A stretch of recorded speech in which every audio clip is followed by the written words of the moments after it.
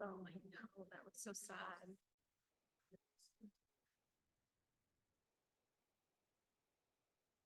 Right.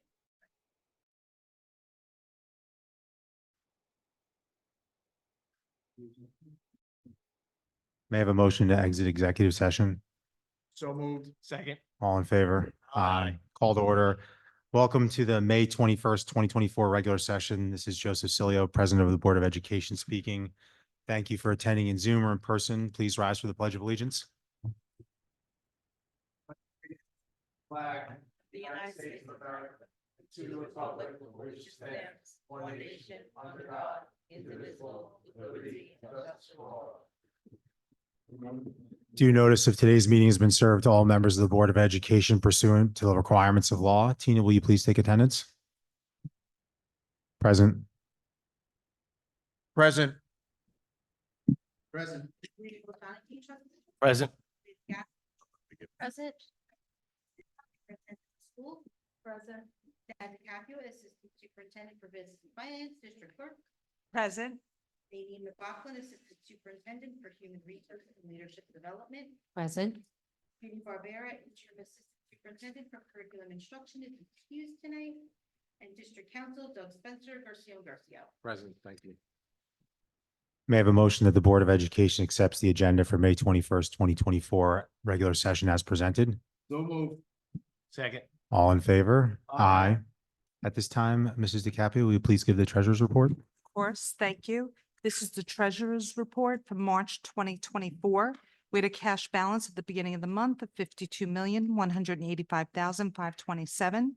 During March, we had receipts of 2,456,873.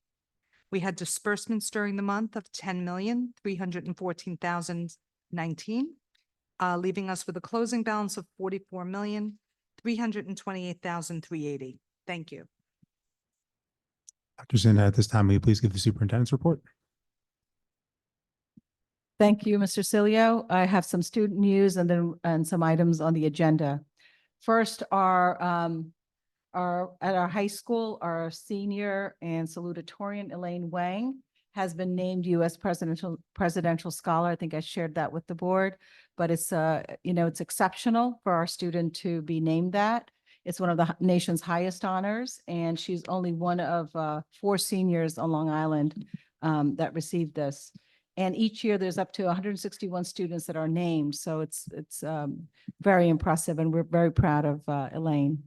We also have our junior Amy Zhao was awarded just last week the Regeneron ISEF 2024 first place and Best in the World Award for her science research project titled Novel Approach to SLC 25A13 Variants in Cancer. Very, very impressive. And we also had James Nagler. His project in the embedded systems category, glasses for 3D mapping, navigation, and positioning. His was in second place, and that's also extremely impressive. So we're both proud of both of our students and our science teachers who really prepare our students for this type of competition.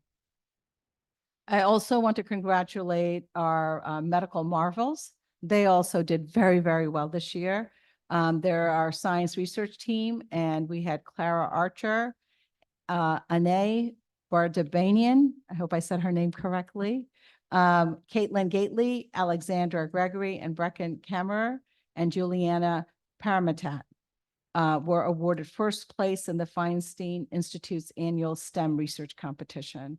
And their project called it was iDesk TM, and was developed using AI learning assistants, digital learning platforms, and assistive technology to help students with disabilities. Very, very impressive. And also with our teacher, Miss Catherine Shield. She's our science teacher here. She was named distinguished teacher as part of the U.S. Presidential Scholars Program.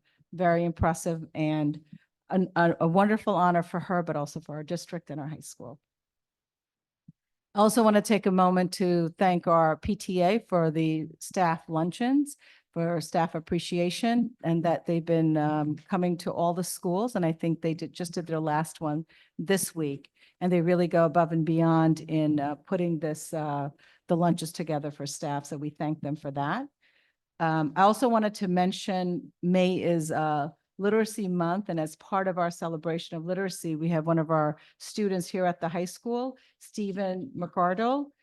He's collecting new and gently used books to be donated to the book fairies. So we have, these donation boxes in each of our buildings. So we encourage our parents to drop off books, gently used books, and for him. But it's a wonderful project he's engaged in. I also wanted to mention our universal preschool grant that we received. We received quite a bit of preliminary notice of the funding. So I want to make sure I say that preliminary notice. And it's $2.39 million, which is pretty good for us. And this grant we had written, and we were wondering if we would get it or not. And so thank you, Ms. McLaughlin. She really took that on in putting that grant together for us.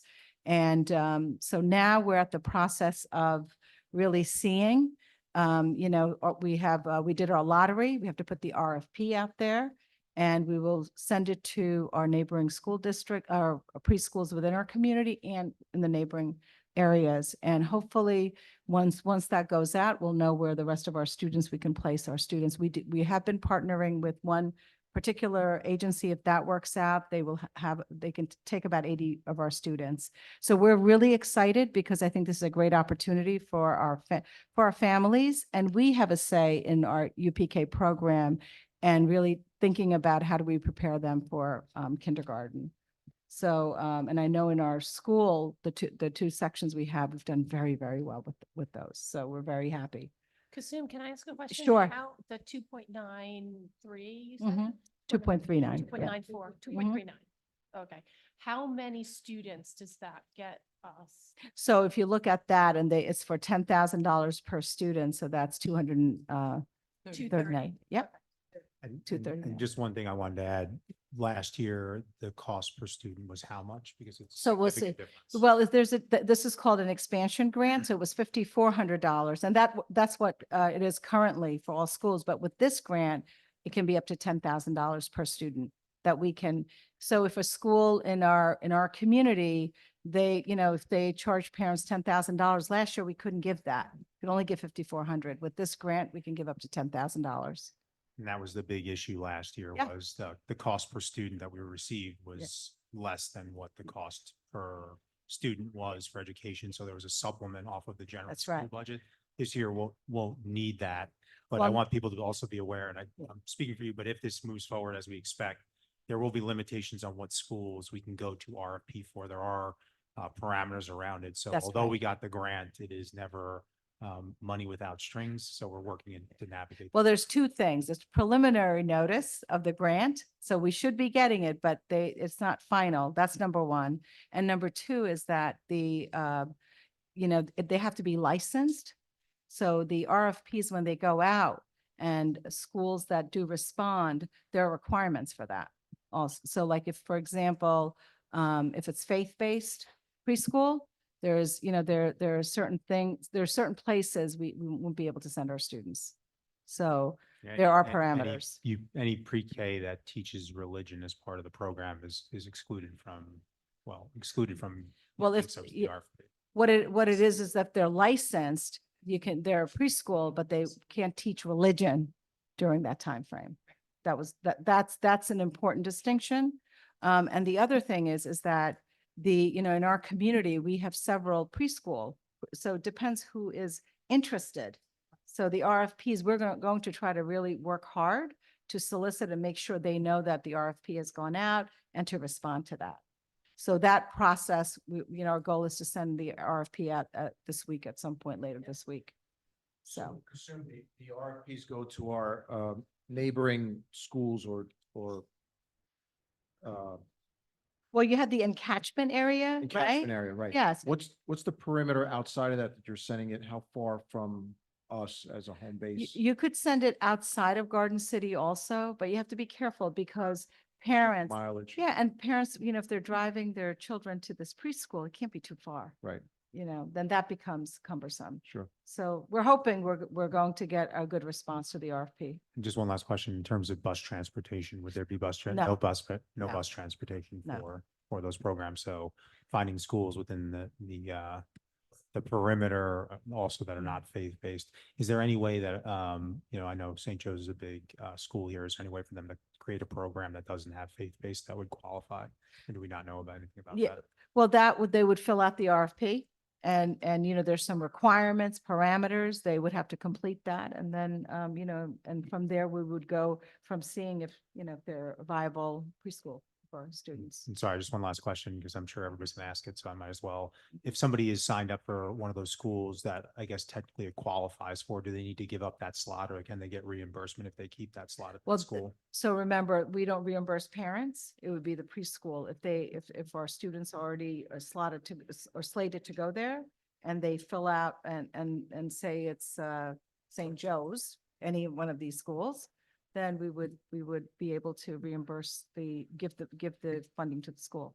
Depending on their spot on the waiting list. So as you probably recall, we did a lottery in March. Yep. And we have a waiting list of families. So we do have enough money to offer basically everyone if we get the RFP response that we're hoping to get, we have enough funding to offer every child on the waiting list a seat. We just Yeah. need our community partners to respond favorably to the RFP. And then what will happen is when we get to you on the waiting list, we'll offer you what available spots we have. And if your child's already in one of those spots, then they would keep that spot, but instead of you paying the preschool, we would pay, the district would pay the preschool. Yeah, the funding that we have received, we should be able to take care of all of our students. We really should. Just want to set the expectation that not everybody's gonna be in one preschool. No. If there's no capacity to do that. several. Yes. Because there's several programs, does that mean that the cost per child is different at each one? Or it's, It can. Yes. I'm seeing yes and then no? It can be. So the grant gives us up to $10,000 a child, but preschool A might be Right. 8,000. Preschool Exactly. B might be 8,200. Got it. So it could be different. We could award the RFP to multiple providers. Exactly, and the cost Yes. would be different per. And that's what Nan was describing, is that if we have the multiple providers, the person that's next up on the list, they would give us their rank. And if we could accommodate that first spot. What we can't do is that a preschool says, yes, I'm applying to this and I'd like to, offer Susie, Joe, the spots. You can't do that. It has to be open in a. Can we, I guess, just because of location, obviously the town's pretty large and there might be preschools across the district, can we try to We align have about 25. locations? They would let us know where they would like to go. I mean, that we've done the lottery already, so that they'll pick, they can say 1, 2, 3. I think that's how we That's the said we plan. would be doing. Once we get the RFP award, everyone who's on the waiting list will get an email saying, great news, we got this RFP award. Are you still interested? Yes or no? And then these are the schools that we can offer you spots in. And as, it's a waiting list, so they'll go in their turn order and they'll have the choice of what's left. And then the next person will have one less choice and so on. Mhm. But again, it's enough money that if our community partners respond positively, that we should be able to give everybody who wants a seat. And to be honest, that's why we got the grant. It was our waiting list for the last couple of years. Because obviously we're not as needy as some other communities. So we were worried we wouldn't get the grant, but as you know, we don't have enough space in our district to be able to offer seats for everyone who wants them. And so that was really what sort of tipped the scales in our favor to get this grant. Right, and I think it's worth mentioning to the community and for those on Zoom is that Dr. Sinha and Nan, a year ago, you looked into this and worked very hard to try to get that grant for us. And Garden City did win the largest grant. So whatever you put on those applications, whatever research you did, I guess I commend both of you. Just one question. Using round numbers, if you have 200 students that we needed to, and that's $2 million, right? Just because you're awarded 2.39, you don't get the 2.39. The other remains not to us. Correct. That's Yeah. exactly right. Yeah. And that's the way it is with our current UPK grant. we get much more than we're able to use with our first UPK grant. As you know, it's $5,400 capped per student. And we only have our in-district program has 2 classrooms, 36 children. So unfortunately, we leave that money on the table because we can't use it for anything other than UPK. And that's been historically, state has given money for UPK. This was even when I was in Westchester. You could never start these programs because number one, space and the per pupil allocation of $5,400, very It's not difficult. enough. It's just and as you know, this year, we are supplementing our program. We're giving $5,400 to scope, but in addition, $400 additional dollars per student. Because for scope to run our program, they administer our program, paying $5,800 per student. Great. That we had talked about during budget. What, do you have any insight on what do you have to do for the following year, or do they allude to that? Because, That's the good news. Because once you get the grant. Once you you're get good. it, it's yours. oh, And that's why we applied for the most we could possibly get, because we were advised that once you get it, you have it. And so we applied for the maximum amount that we could possibly qualify for based on our number of eligible 4-year-olds. And we got it. wow. And we were fortunate. I mean, we want to thank the Long Island Task Force. They really helped us. They did. They really helped us, and we had some really good partners to assist us in this process. So we were fortunate for that as well. Yeah, well done. I think last year we had 154 families that couldn't get, and then the year before was like in the 160s, something like that. Mhm. Wow, great. Thank you. All right, so I have a couple more items to share. Last week we did the presentation on the Special Education Advisory Committee, and we had said that there were several action items. Ms. Hand, myself, Ms. Barbera, we met, and we have developed actually a plan that starts this year into next year based on those action steps, and we will share that, and we will actually put it up on the website as well, because that's something that I thought the committee did a great job. And one of the questions I think it came from the board is, well, when do we start? Implementing some of those action steps. So we've already started that process. Okay. Some information on the bond. Ms. DiCaprio, myself, our architects, and mostly we did most of our meetings at the high school for the bond projects. And so Mr. Steingrubner was also part of our conversations, and several of our teachers. So we've started the planning process for the bond. We said we would keep you updated on that. And then on our agenda items, couple of things that I wanted to bring out is that we have, 2 people we're recommending. One is Lori Baca, who's here. She'll be our English teacher at the high school, and very enthusiastic about being part of our team here. And we also have our Assistant Director of PPS that we'll be recommending this evening, Michelle Vivona. You've met her. And I just wanted to share that she, first of all, the committee did a great job in the interview process. So thank you, Nan, for spearheading that for us. And she comes to us with over 26 years of experience. She started her career as a school psychologist, but at Long Beach, she was an assistant director of PPS. And we're really looking forward. What she brings to the table is a lot around throughout the committee process. We heard about her listening skills and really making sure that how do we meet the needs of our kids as best as possible, and being a real collaborative process, making sure it's collaborative. So we're really excited to recommend her to you as well. So they're both on the agenda this evening. And a couple of other items that we have here there's some retirements. And so we have Mr. James McNulty. He's a bus driver here in Garden City for over 20 years. And Diana Nardowitz, she is also a bus driver who has been here for 27 years. Rivka Masri and Dolores Chichi from the high school. They're both retiring, and they're both clerical staff at the high school here. And Rivka has been with us for 20 years, Dolores for 15 years. So we wish all of our retirees well, and we'll be celebrating them next month, honoring them next month. And we have several consultant agreements. And at this time of the year, we have those and they're really for next year. Most of them are special education. And then finally, our school is open on Friday, but school's closed on Monday and Tuesday of next week. And so we wish our families a nice long weekend. Thank you. I'd just like to reiterate what Dr. Sinha said. Congratulations to those retirees. Appreciate their service. Those are long tenured employees, and I'm sure they will be missed. I'd like to congratulate the two new appointees, or the people who will be appointed this evening.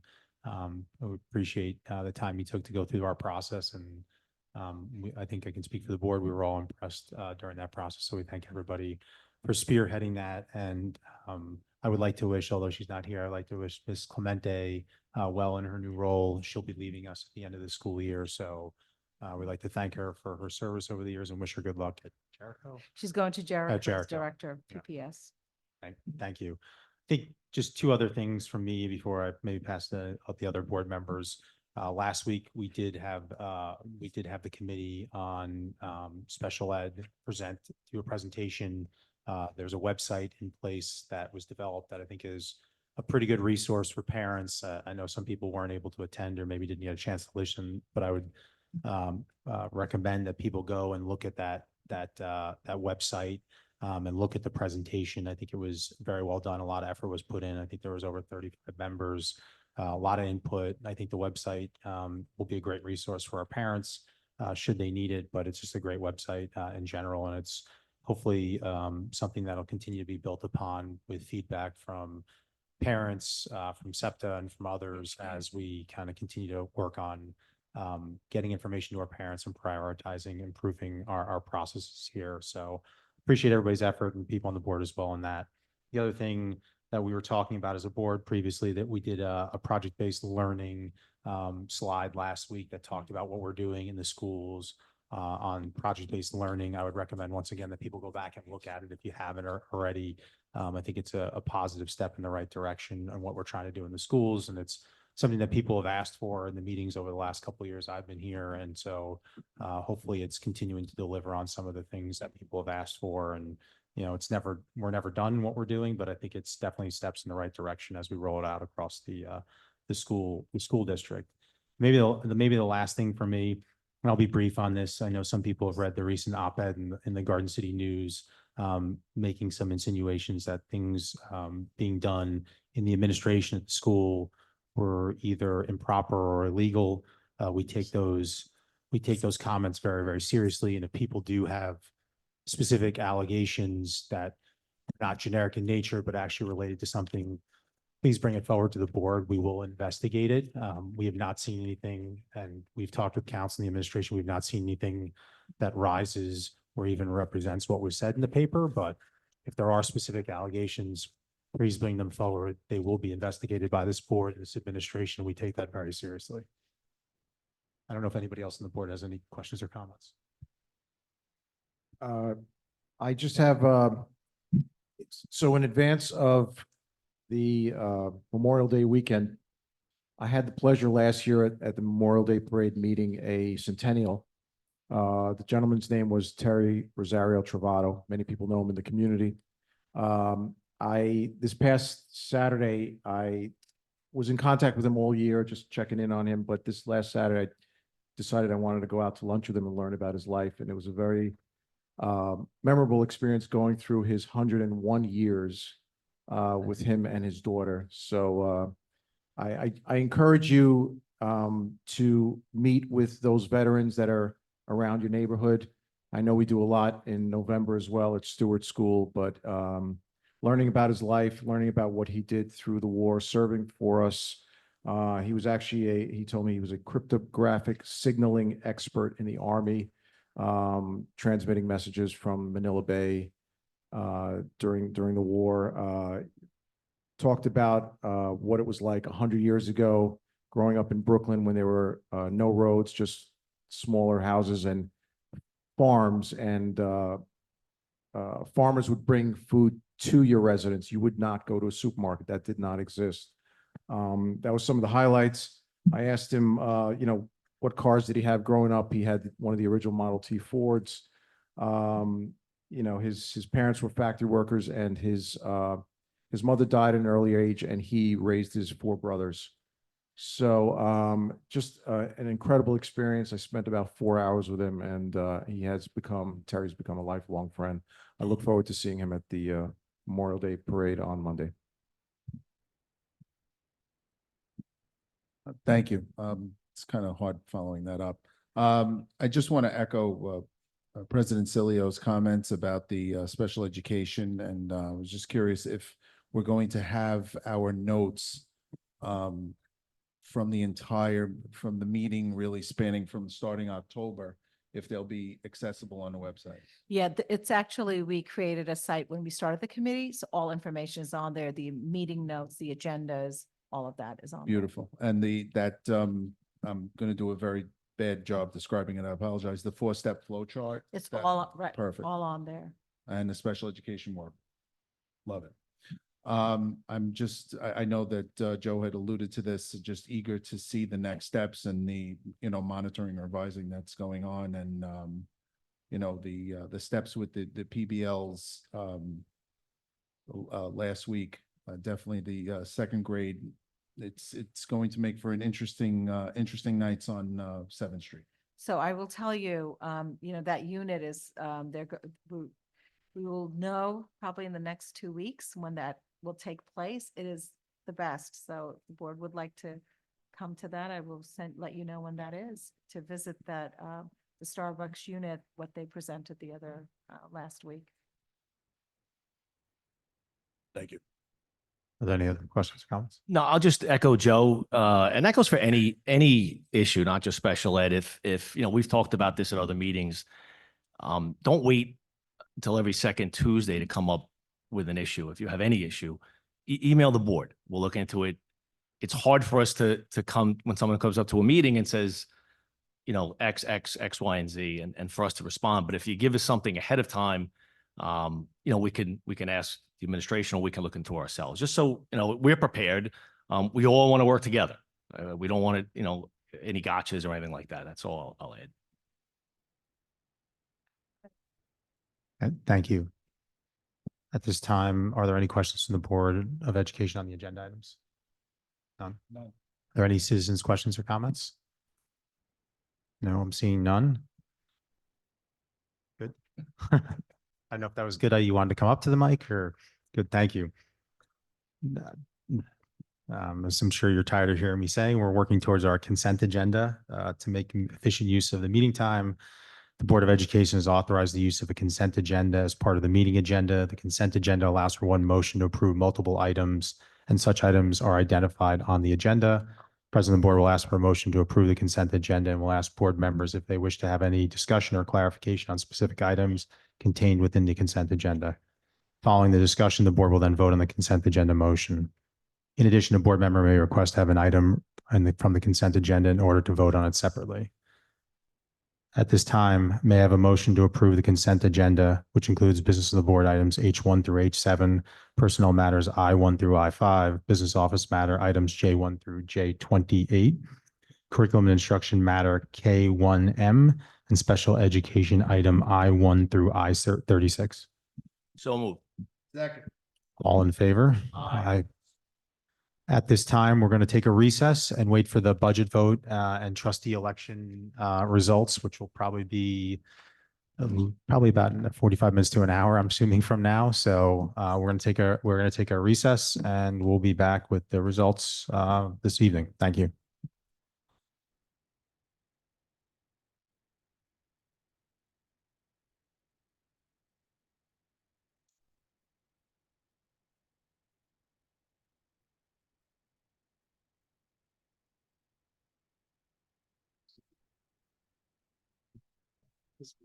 This is my. This is Phyllis.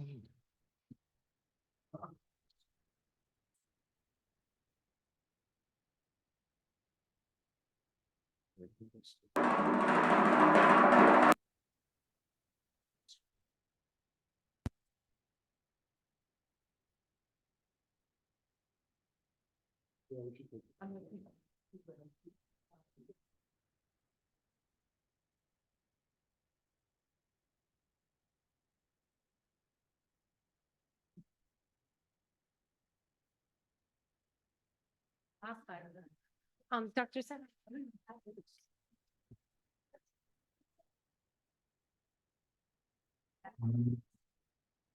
Yeah, we are on the number of. We're having.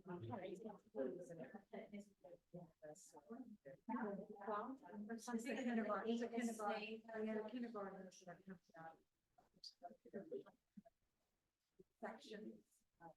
You can't put everything. No, most of it, it's only, so it's two special classes, one of the sophomore and the nice, just stays with that, yeah. She'll, well.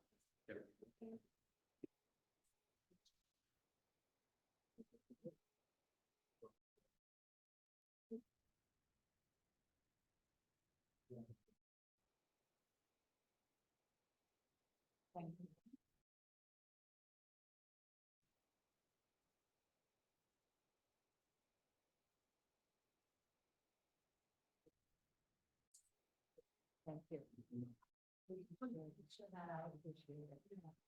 I'm gonna go back.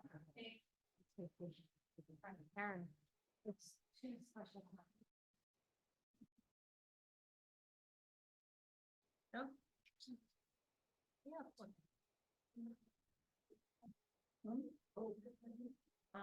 I know.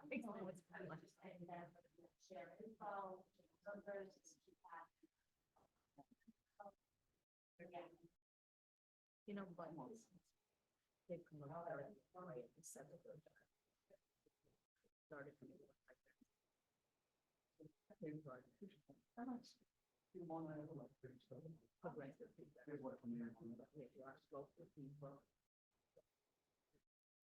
Get a lot of people. Yes. Always. Always, two more like.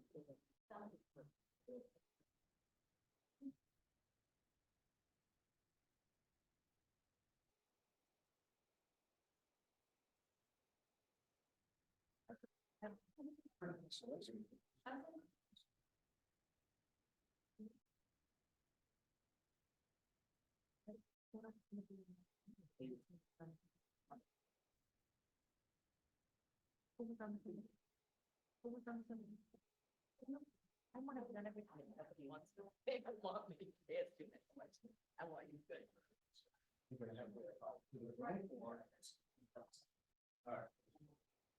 Go ahead, do what you gotta do, Audie.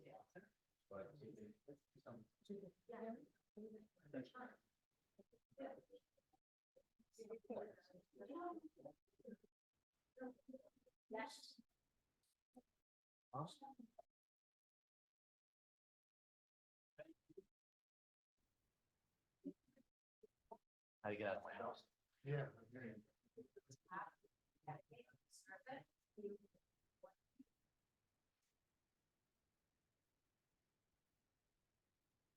And you know what?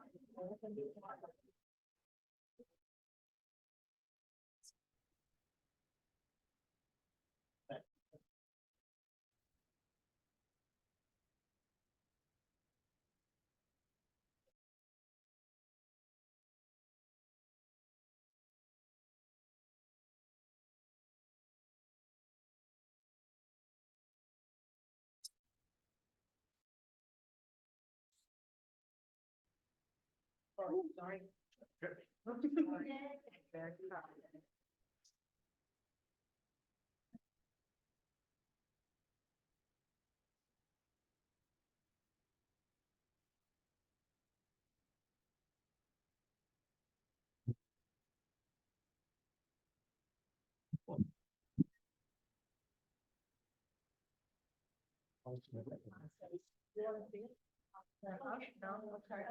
You want to do it? No. We do. Yeah. Why I need I need the totals.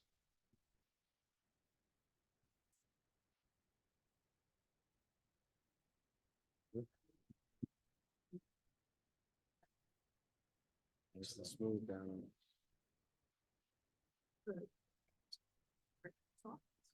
We have a motion that the Board of Education reconvenes public session.